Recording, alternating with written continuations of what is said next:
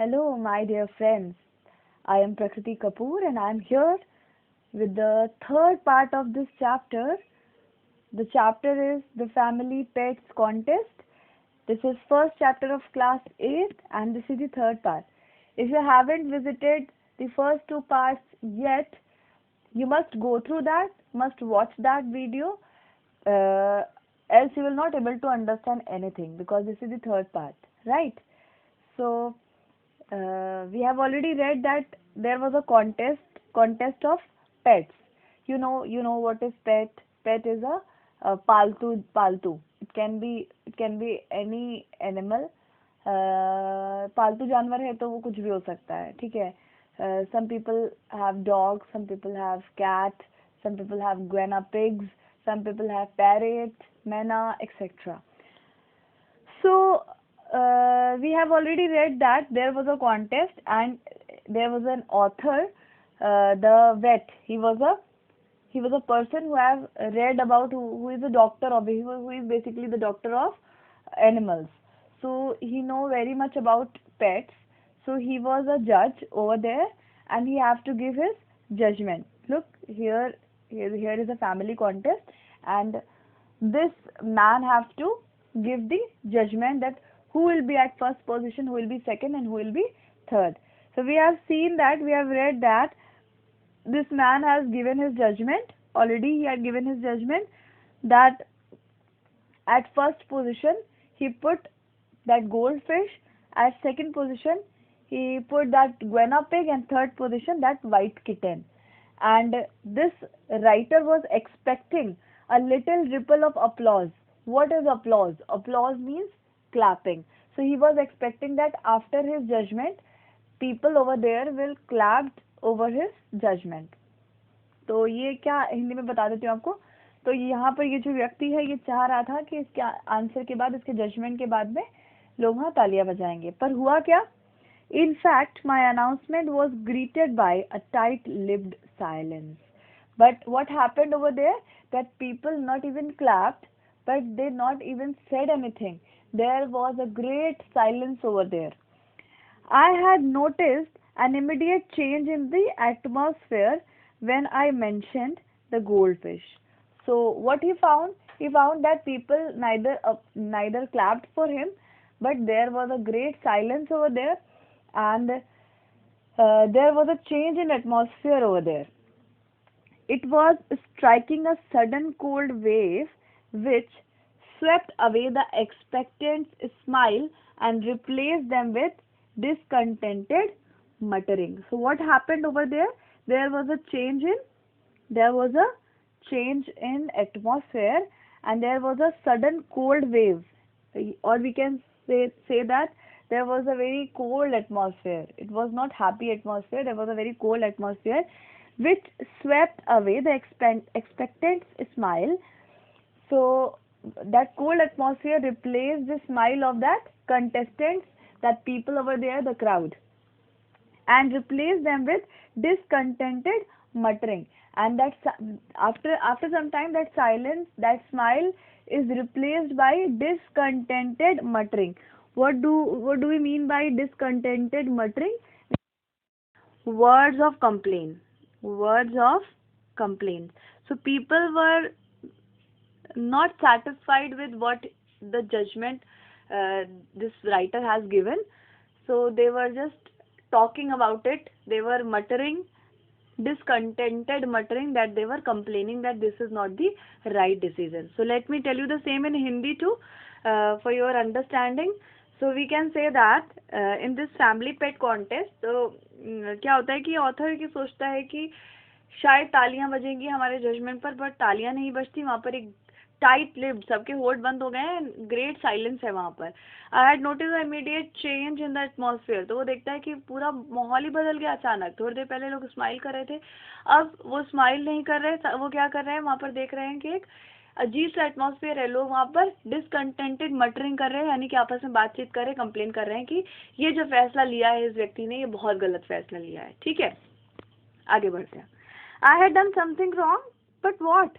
Now this writer is asking to himself that I have done something wrong, but what? Decision लिया, उसने सोच समझ के decision लिया, पर अब उसे जो है डाउट हो रहा है। वो कहता है कि मैंने कुछ गलत कर दिया है क्या? लेकिन क्या गलत किया है? जजमेंट ही तो दिया है। लोग ऐसे क्यों बिहेव कर रहे हैं, क्यों कंप्लेन कर रहे हैं? I looked around helplessly and hum of voices increased. So he was looking, the writer was looking here and there that people were complaining, and he was not able to understand that what is wrong with them. Okay, and after some time, what he observed that hum. What do you mean by hum? Hum means basically hum means we can say that गुनगुनाना या फुसफुसाना कह सकते हैं, humming. ठीक है, तो there was the हम of voice increase. सो लोगों की जो बातचीत है ये अब अचानक से तेज होती जा रही है. What do you think of that then? Not fair, is it? Wouldn't have thought of him. All them lovely rabbits and hardly looked at them. So what people were humming, what people were murmuring over there? People were saying that, what do you think of that then? Not fair, is it? People were saying that this judgment is not at all fair. Okay. Wouldn't have thought of him. All them lovely rabbits and hardly looked at them. So people were saying that this is a very unfair judgment. This is not at all fair because he haven't given a particular look towards that rabbits, dogs and other pets. उसने judgement दे दिया है, लेकिन लोग इससे satisfied नहीं है. वो बहुत डिसकंटेंटेड है और वो आपस में बातचीत कर रहे हैं जोर जोर से. वो आवाज इंक्रीज होती जा रही है. वो क्या बात कर रहे हैं लोग ये बातें कर रहे हैं कि ये बहुत गलत है, दिस इज नॉट फेयर. और इसने एक भी बार देखा तक नहीं, इन सब रैबिट्स को नहीं देखा, बाकी क्रिएचर्स, बाकी पेट्स को नहीं देखा, और उसने जो है अपने मन मर्जी से जो मन में आया जजमेंट दे दिया. I couldn't make it out but my job was done anyway. So the writer was not able to understand that why are they very discontented. He was saying that I couldn't make it out. I was not able to understand, but my job was done anyway. That I have done what I have to do. Okay. तो वो ये नहीं समझ पा रहा था कि क्या है. I couldn't make it out. वो इस चीज को क्लियर नहीं कर पा रहा था कि प्रॉब्लम क्या है. But लेकिन my job was done anyway. इस व्यक्ति की जो जॉब है जजमेंट देने की वो हो चुकी है, कंप्लीट हो चुकी है, अब कुछ नहीं कर सकते. I pushed between the chairs and escaped to open field. So people were sitting over there. There must be some chairs. So he was making space for him, and he went out to the field. So he left that place. He was leaving that place very fast because he was not able to stand there because people were complaining continuously. तो वो जो है रास्ता बना रहा है कि जल्दी से मैं यहाँ से निकल जाऊँ, क्योंकि मैं अपना काम कर चुका हूँ. अब ये लोग डिससेटिस्फाइड हैं, उसके लिए मैं क्या करूँ मुझे समझ में नहीं आ रहा. तो वो जल्दी से रास्ता बना रहा है. And he was leaving that place. He escaped that open to the open field. Shut door as you go out, the man are requested in the deep bass I departed. So you already know that there was a pet that is myna. She used to tell the author again and again that to close the door. So she asked him to close the door as he was leaving the place in a bass manner. What do you mean by bass? Bass means a dishonorable manner. एक तो होता है honorable यानी respected, और एक disrespected way होता है बात करने का. तो she was speaking in a bass manner. But this writer departed. He went away. ये चला जाता है. उसकी बात मैना बोलती है कि बंद करो, लेकिन ये सुनता है और चला जाता है. I was about to leave when the snatch of conversation behind. I was about to leave, but the snatch of conversation behind made me pause. So he was leaving the place. The writer was leaving that place, but there was a conversation. It was very fast. It was very harsh conversation over there. So he stopped. He make a pause to listen. What was that conversation? तो जा ही रहा है वो. जाते जाते क्या होता है, कन्वर्सेशन वहाँ पर होती है. लोग बहुत हार्शली तरीके से बात कर रहे होते हैं. तो वो 1 मिनट के लिए रुकता है सुनने के लिए कि आखिर क्या बात है. ठीक है, बातें क्या हो रही हैं. Let's go through it. A bloody goldfish, a voice saying disgustedly. तो क्या बात हो रही थी वहाँ पर. कोई कह रहा था ये ब्लडी गोल्डफिश, मतलब क्योंकि वो फर्स्ट आई है ना, तो वो कह रहा है ये बेकार सी, मतलब थोड़ा सा एक अब्यूजिंग वे में कहता है अ ब्लडी गोल्डफिश, और वॉइस सेइंग डिसगस्टेडली. डिसगस्टेडली का मतलब होता है एंग्रीली. ठीक है, इन अ एंग्री वे. तो एंग्रीली जो है वो कहता है ब्लडी गोल्ड फिश, ऐसा बोलता है, ठीक है। It's Raman George, a second voice replied. तो जो ये कहता है ना कि ब्लडी गोल्ड फिश, ये फर्स्ट आई है, तो एक दूसरी आवाज वहां से आती है कि यस जॉर्ज वेरी स्ट्रेंज। देखो यहाँ पर लिखा हो ना रम अन, इसका मतलब होता है अ वेरी स्ट्रेंज। तो कहता हाँ बहुत स्ट्रेंज, अजीब बात है, गोल्ड फिश फर्स्ट आई है। पहली आवाज क्या बोलती है, फर्स्ट पर्सन बोलता है ब्लडी गोल्ड फिश। दूसरी आवाज, दूसरा व्यक्ति इसका क्या रिप्लाई करता है, आई इट्स रमन जॉर्ज। वो कहता है कि हाँ अजीब बात है। But the nose Fred, the first voice said, the vet Taylor sorry the vet feller had due to it, didn't have no choice, he couldn't pass over the squire's son।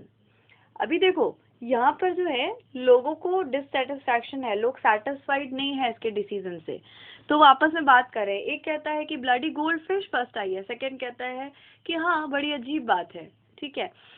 तो दूसरा कहता है कि हमें तो पता ही था, है ना, वो कहता है हमें तो मालूम ही था कि ये जो वेट मतलब होता है, यहाँ पर देखो यहाँ पर लिखा हुआ है, आपको इसका मुझे इसके बारे में बताना है कि ये जो है वेट होते कौन है, आपको मुझे बताना है इसके बारे में, अच्छे से लर्न करना है, और आप you have to comment me, okay. तो ये जो वेट है, ये जो व्यक्ति है, ये जो था पहले से इसके पास कोई चॉइस नहीं थी, इसको पता था कि फर्स्ट प्राइज इसी को देना है, लोगों का ये माइंडसेट वहां पर बना हुआ है, ठीक है। He couldn't pass over the squire's son। Square कौन होता है, स्क्वायर्स होते हैं बेसिकली, ये होते हैं जमींदार, जमींदार लोगों को स्क्वायर कहते हैं, ठीक है। तो वो कहता है कि हाँ इस वेट के पास कोई और ऑप्शन नहीं था, इसके पास कोई और चॉइस नहीं थी, वो वैसे भी फर्स्ट इसी को बना देता। ऐसी बातें लोग कर रहे हैं, मतलब लोग उसके ऊपर क्या इल्जाम लगा रहे हैं और राइटर के ऊपर कि इस राइटर ने पार्शियलिटी की है, हो ना हो इसने पार्शियलिटी की है। Reckon you are right, but it's bugger when you get graft and corruption in the family pet. तो अगली आवाज क्या आती है उसी में, अगली आवाज आती है कि हाँ तुम सही कह रहे हो, पर हमें अजीब बात है, और यहाँ पर लिखा हुआ है बगर, बगर मतलब होता है स्कैरी या डराना, ठीक है। एक मिनट देखो, I will write over here. तो यहाँ पर स्कैरी हो सकता है, या फिर आप कह सकते हैं, सॉरी लिख सकते हैं डराना, डराना, ठीक है। तो ये कहता है कि यहाँ पर ये गलत है कि अगर आप जो हैं फैमिली के पेट कॉन्टेस्ट में भी गैफ्ट या करप्टेड हो जाए, आप अगर फैमिली के पेट कॉन्टेस्ट में भी घूस लें और आप जो है बेईमानी करें, तो this is not at all right. तो ये बातें कर रहे हैं लोग, क्या बातें कर रहे हैं, पहला कह रहा है कि ब्लडी गोल्ड फिश फर्स्ट आई है, दूसरा कहता है हाँ बड़ी अजीब बात है, तीसरा कहता है क्या हो ना हो ये चीज ऑलरेडी फिक्स थी, उसके पास कोई और चॉइस ही नहीं थी, वो जमींदार के बेटे को ही फर्स्ट प्राइज देता। और थर्ड कहता है, फोर्थ पर्सन क्या कहता है वहां पर कि कितने करप्टेड हो गए हैं आजकल लोग, घूस ले लेते हैं छोटी छोटी चीजों में, पेट्स के कंपटीशन में भी उन्होंने घूस ले ली, okay. A heavy sigh then, it's the way things are nowadays Fred, everything is ulterior, okay. तो अगली आवाज क्या आती है कि बहुत दुख की बात है, बहुत भारी दुख की बात है, हैवी साई, बहुत भारी दुख की बात है कि आजकल चीजें ऐसे ही हो गई है फ्रेड। एवरीथिंग इज हल्टीरियर, हल्टीरियर मतलब हर चीज के पीछे कोई ना कोई राज छुपा हुआ है, हल्टीरियर मतलब होता है सीक्रेट, ठीक है। तो वो क्या कहता है, आजकल चीजें ऐसे ही हो गई हैं, हर चीज के पीछे सीक्रेट है, हर चीज के पीछे राज छुपा हुआ है, ठीक। आगे बढ़ते हैं। You are right there George, it is ulterior what it is. तो अगला व्यक्ति क्या कहता है कि तुम सही कह रहे हो, ये कोई सीक्रेट है इसके पीछे, ये राज है और ये जो है गलत है, ठीक है। I fought down a raising panic that Pelham had been the lord of manor of Darrowby for generation and the present squire was a major Pelham। अभी ये जो राइटर है ना, इसको एक अजीब सा पैनिक कर जाता है, ये परेशान सा हो जाता है, इसको पैनिक फील होता है। फिर वो सोचने लगता है कि ये जो पर्टिकुलर एरिया है, ये जगह है, इसका नाम है मैनर ऑफ डैरोबाई, ठीक है। इस जगह का नाम क्या है, मैनर ऑफ डैरोबाई। तो ये मैनर ऑफ डैरोबाई, ये जो जगह है या जनरेशन है, ये जो पूरी एक जनरेशन है, इस जनरेशन में पेलहम्स जो है, ये लोग जो है हमेशा इनके मालिक रहे हैं, इस जगह के इन लोगों के मालिक हमेशा ये एक पर्टिकुलर लोग हैं पेलहम्स जो रहे हैं। पेलहम्स हमेशा मैनर ऑफ डैरोबाई के मालिक रहे हैं, ठीक है, लॉर्ड्स रहे हैं इनके। आई न्यू हिम फ्रेंडली, और इसके अलावा उसको ये भी पता है कि the present squire was Major Pelham, और उसको ये भी पता है कि जो प्रेजेंट सिनेरियो में अभी इस वक्त जो स्क्वायर है यानी कि जो जमींदार है, इस समय जो जमींदार है वो भी पेलहम है, ठीक। I knew him a friendly farmer client but that was all, I never heard of his son. तो वो कहता है कि मैं जानता हूँ कि वो जो व्यक्ति है, जमींदार है, वो एक अच्छा व्यक्ति है, पर मैंने उसके बेटे के बारे में कभी भी नहीं सुना। यानी लोग उसके ऊपर इल्जाम लगा रहे हैं, राइटर के ऊपर, कि इसने पार्शलिटी की है, इसने जो है स्क्वायर के जमींदार के बेटे को जानबूझ के प्राइज दिया है फर्स्ट। लेकिन ये क्या कह रहा है कि अपने इंटेंशंस बता रहा है राइटर कि मैंने जो है कभी भी इस इंटेंशन से प्राइज नहीं दिया, मैं तो उसके बेटे को जानता भी नहीं था। I clutched at Tristan's arm who is the little boy over there. अब टेंशन में आकर ये जोर से हाथ पकड़ लेता है एक बच्चे का जिसका नाम है ट्रिस्टन। ट्रिस्टन जो है वहीं पर खड़ा हुआ एक बच्चा है। Tristan peered out glassily across the sward. तो स्वैड मतलब है एक घास का मैदान या ग्रास कह सकते हैं। तो ग्रास के पास में एक बच्चा खड़ा हुआ है ट्रिस्टन। तो ये जो वहीं से झांक रहा था ये बच्चा, तो ये टेंशन में आता है और ये उसी बच्चे का हाथ जोर से क्लच कर लेता है। और उसके बाद टेंशन में सोचता है कि यार मैंने तो कुछ गलत नहीं किया, लोग मुझ पर इल्जाम क्यों लगा रहे हैं। The one with the gold fish bowl you mean, that's right. अब देखो वो अब चीजों को समझने की कोशिश कर रहा है कि जो गोल्ड फिश बाउल लेकर जो बच्चा खड़ा था वो, हाँ सही बात है। तो अब ये जो ट्रिस्टन नाम का बच्चा है जिसका हाथ इस राइटर ने पकड़ लिया है, अब इसके साथ राइटर की बातचीत स्टार्ट हो गई है, ठीक है। तो राइटर जो है उससे पूछता है इसके बारे में, बच्चे के बारे में, गोल्ड फिश वाले बाउल वाले बच्चे के बारे में। तो ये क्या बताता है कि the one with the gold fish you mean, वो जो गोल्ड फिश पकड़ के खड़ा है वही बच्चा ना, that's right, it's young Nigel Pelham the squire son. तो वो बताता है कि ये जमींदार का बेटा है। ओ गॉड, यहाँ पर जो गॉड लिखा है ना, इसका मतलब गॉड ही होता है, लेकिन कभी कभी हम भावनाओं में आकर बोलते हैं ओ गॉड, ठीक है, तो ये गॉड है। ओ गॉड आई मोन, तो वो कराया, टेंशन में जो है रोया, क्राई करके राइटर बोला oh God, but I have never seen him before, where he been, है ना, वेयर ही बीन, वो कहाँ था अब तक, मैंने तो उसके बारे में कभी नहीं सुना, ना कभी उसको देखा। तो ये जो व्यक्ति है, छोटा बच्चा है जिसका नाम ट्रिस्टन है, ये बताता है boarding school down south I believe on holidays just now. तो ये क्या बताता है कि बोर्डिंग स्कूल में पढ़ता है, जमींदार का बेटा बोर्डिंग स्कूल में पढ़ता है और अभी इसकी छुट्टियां शायद हुई है, इसलिए यहाँ पर आया हुआ है। I stared at the boy again. अब ये जो हमारा राइटर है ये दोबारा उस लड़के को देखता है, गोल्ड फिश वाले। जैसे उस लड़के को दोबारा देखता है तो उसके फिजिकल अपीयरेंस का जिक्र करता है, कहता है tousled fair hair, grey open neck shirt, sunburn legs just like all others. तो यहाँ पर जो एक वर्ड लिखा हुआ है ना टाउस्ड, टाउस्ड का मतलब क्या होता है, इसका मतलब होता है बिखरा हुआ, आप लिख भी लीजिएगा, बिखरा हुआ मतलब कि बिखरे हुए बाल है इस बच्चे के, इस बच्चे के जो बाल है ये कैसे है, बिखरे हुए, टाउस्ड फेयर हेयर, उसके जो है बिखरे हुए बाल हैं। उसने ग्रे कलर की एक शर्ट पहनी हुई है, खुले मतलब खुले नेक की, एंड उसके जो पैर है वो थोड़े से धूप की वजह से थोड़े से ब्लैक हो गए होंगे, सनबर्न्ड है, और वो ऐसा लगता है जैसे वो बाकियों की तरह ही हो, है ना, वो कोई खास नहीं लगता, ठीक। तो George was it again, lovely dogs and cats were there but squire's lad won it with a bloody gold fish. तो वहां पर वो देखता है कि यार ये बच्चा जो है बहुत आम लगता है, ये तो लगता नहीं कि जमींदार का बच्चा है, मैंने तो कोई पार्शलिटी भी नहीं की, पर मेरे पर लोग क्या कर रहे हैं, इल्जाम लगा रहे हैं। 2 मिनट के लिए वो चुप होता है, राइटर तो देखता है, फिर वहां बातें होने लगी। George was it again, lovely dogs and cats there was but squire's lad won it with a bloody gold fish. तो लोग बातें क्या कर रहे हैं कि वहां पर इतने सुंदर सुंदर प्यारे प्यारे डॉग्स थे, कैट्स थी, पर जीता कौन, जमींदार का लैड यानी कि लड़का, बेटा, जमींदार का बेटा उसको जीत गया, किसके साथ, गोल्ड फिश के मदद से, ठीक। Well let's be right, his companion put in, if that lad had brought along a bloody stuffed monkey he would still have got the first with it। लोग इसके अलावा भी क्या बातें कर रहे हैं, लोग इसके अलावा ये बातें कर रहे हैं कि कोई बात नहीं, गोल्ड फिश तो जीता है, अगर वो बंदर भी ले आया होता ना तो वो बंदर से भी जीत जाता, क्योंकि यहाँ का सारा रिजल्ट जो था ऑलरेडी फिक्स है. No doubt about it Fred, other kids might as well have stopped at home. तो बाकी लोग क्या बात कर रहे हैं कि बाकी जो जितने भी बच्चे हैं उनको तो यहाँ आने नहीं चाहिए था अपने पेट्स लेकर, उनको तो अपने घर पर ही रहना चाहिए था, क्योंकि यहाँ पर वैसे भी जो प्राइस है वो ऑलरेडी फिक्स है. तो ऐसी स्टोरीज होती हैं ये सब, है ना. ये स्टोरी है जेम्स हैरियट की, और ये इसी तरह की स्टोरीज होती है, तो इसमें कोई बहुत ज़्यादा ऐसा मीनिंग नहीं आता है. तो ये स्टोरीज ऐसी ही हैं, तो ज़्यादा परेशान मत होइएगा. ये इस तरीके की स्टोरी है जिसको मैंने line by line I have tried to clear it out. So I hope you must have understood the same. So learn all the word meanings by heart. From next session we will go for the question answers. So get ready for that. I'll ask you many things. Okay. So be ready for that. Go through that word meanings and watch all the 3 parts and learn it by heart. है ना. Understand this chapter by heart. I have tried my best. I hope you must have understood the same. Thank you so much. Thank you, beta.